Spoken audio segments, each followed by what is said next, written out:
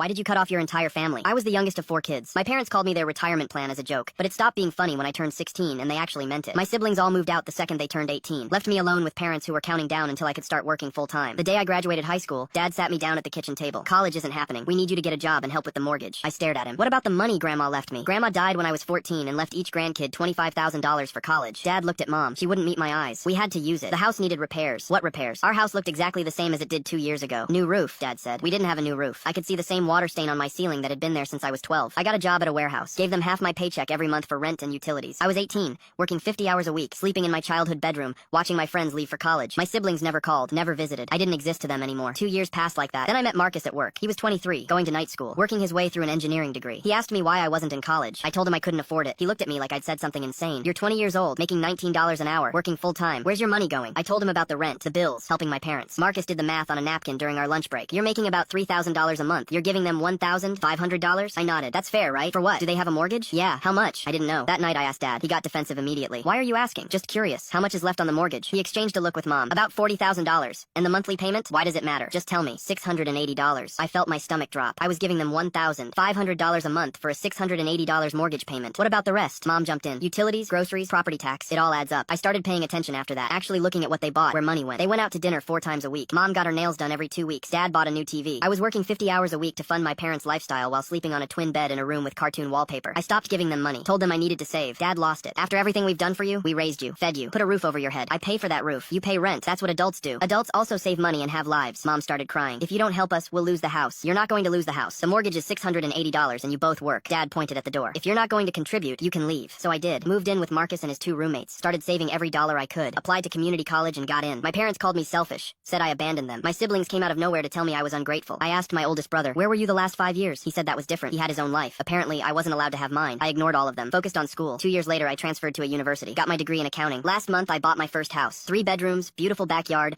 everything I wanted. I posted a photo on social media because I was proud. My mom called an hour later. We're so happy for you. Her voice was too sweet. This is perfect timing, actually. Dad and I need to talk to you about something. I already knew where this was going. We're having trouble with the mortgage again. We're 3 months behind. We might lose the house. I let the silence stretch. I was thinking, Mom continued, you have that extra bedroom. We could move in with you temporarily, just until we get back on our feet. I laughed. Actually laughed. No. What do you mean no? I mean no. You're not moving into my house. We're your parents. We raised you. You didn't raise me. You used me. Dad grabbed the phone. You owe us. We could have kicked you out at 18, but we let you stay. Let me stay? You charged me $1,500 a month to sleep in my childhood bedroom while you spent my college fund on dinners and manicures. That money was for emergencies. What emergency? The emergency new TV? The emergency vacation to Florida? He hung up. My siblings started texting, calling me cruel, heartless, said family helps family. I blocked every single one of them. My parents lost the house 4 months later. I heard through a mutual friend they're renting a small apartment now. They tried showing up at my house last week. I didn't answer the door. They left a note saying I'd regret this. I don't regret a single thing.